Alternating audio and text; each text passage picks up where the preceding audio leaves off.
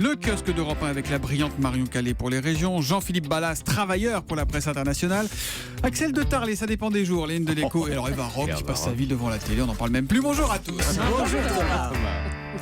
On commence avec vos quotidiens nationaux. Paris, Bamako, Bruxelles, Saint-Denis, même combat. En quelques mots, l'humanité nous montre ce matin à quel point la lutte contre le terrorisme est mondiale. Bien sûr, vos journaux regardent tout particulièrement vers Bruxelles, plongée au cœur de la menace djihadiste, comme le titre Les Échos.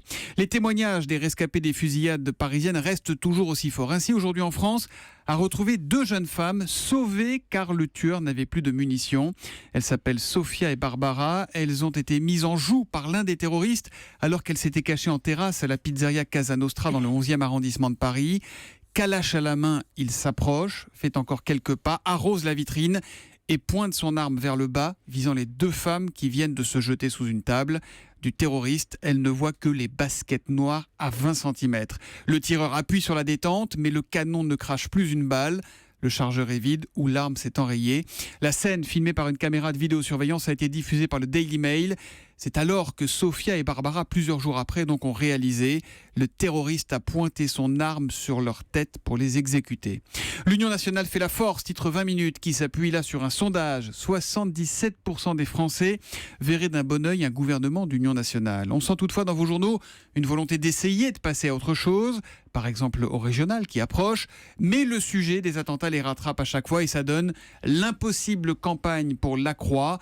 L'onde de choc qui bouleverse la campagne poursuit Libération. À la une des régions, Marion Calais, je me tourne donc vers vous. Est-ce que la tonalité est un peu différente dans la presse régionale ? Pas vraiment, malgré quelques touches de couleur à la une. Du vert d'abord pour la COP21. Le petit bleu d'Agen l'évoque, J-1 semaine, l'heure d'anticiper le réchauffement en Lot-et-Garonne. Non, le vert, Julie, c'est pas Saint-Étienne, ils ont perdu.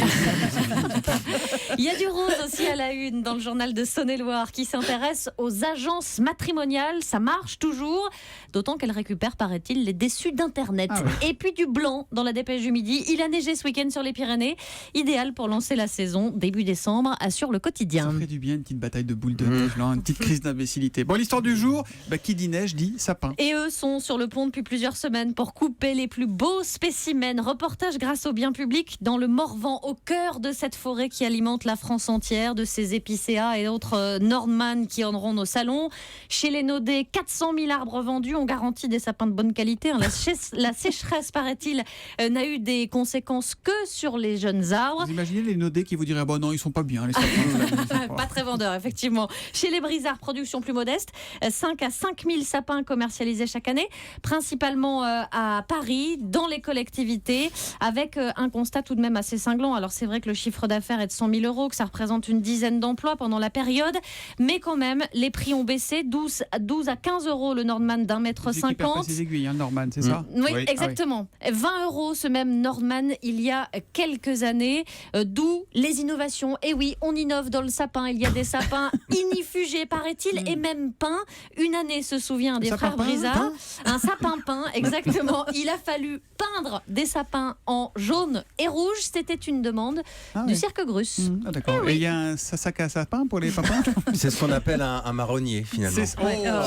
Très joli. La presse internationale, justement, Jean-Philippe Ballas. C'est moi. La différence entre rire et se moquer ce matin avec la mésaventure d'un petit Australien pris d'une crise de hockey en chantant l'hymne de son pays. Et on ne veut pas se moquer. Non, alors c'est la tradition en Australie comme aux États-Unis ou ailleurs. Avant chaque compétition sportive, on chante l'hymne national. Et comme il y a un match de baseball à Adélaïde ce week-end, c'est le petit Ethan, 7 ans, qui a le redoutable honneur de prendre le micro dans un stade rempli, debout et silencieux. Alors on sent le petit bonhomme concentré sur la pelouse. Il a mis une jolie cravate, un gilet rouge.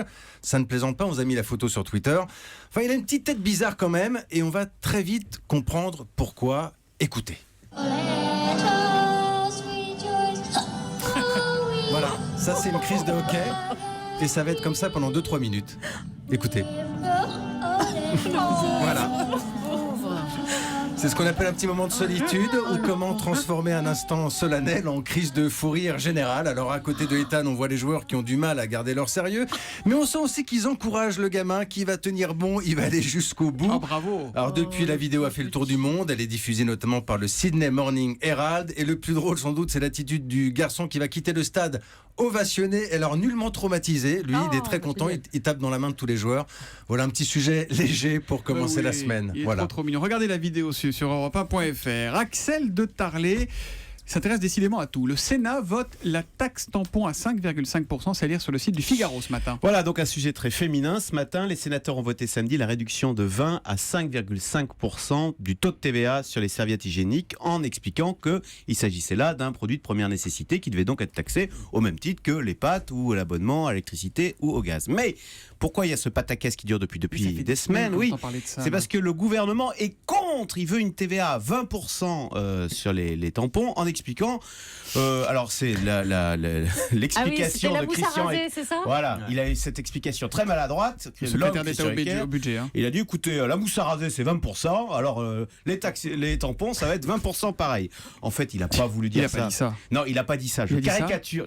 Si, non, mais il a dit ça. On l'a compris comme ça en tout cas. On l'a compris comme ça, mais non, en fait, ce qu'il a voulu dire, c'est que si on baissait à 5,5% la TVA sur les tampons hygiéniques, ça ouvrait la porte à des tas d'autres baisses. Derrière, on expliquera que la mousse à raser est également un élément un bien de première nécessité. Ouais. On dira ensuite que les couches pour bébés sont également des produits de première nécessité. À la fin, tout va être un produit de première nécessité. Or, ces mesures coûtent. Par exemple, la baisse de la TVA sur les tampons, ça coûterait 55 millions d'euros à l'État. C'est pour ça que le gouvernement dit non, on ne touche à rien, on laisse 20% la taxe sur les tampons. Voilà. Et ça permettrait d'économiser combien pour les consommatrices? Alors c'est pas énorme. Si on baissait donc à 5,5. Ça ferait 60 centimes par boîte. Donc vous voyez, c'est pas. Et en plus, on n'est pas sûr que les industriels répercutent la baisse de la TVA.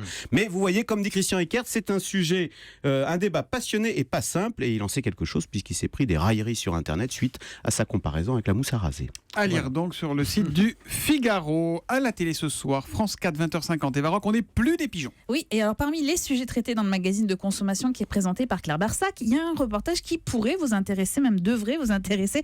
En tout cas, il concerne 15 millions de Français. Vous ronflez? Non, jamais.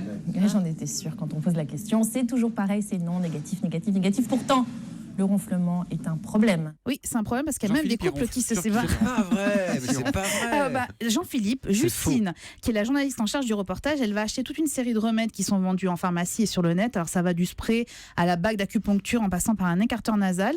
Elle fait tester tout ça par ses journalistes. J'aurais pu vous le faire tester, Jean-Philippe.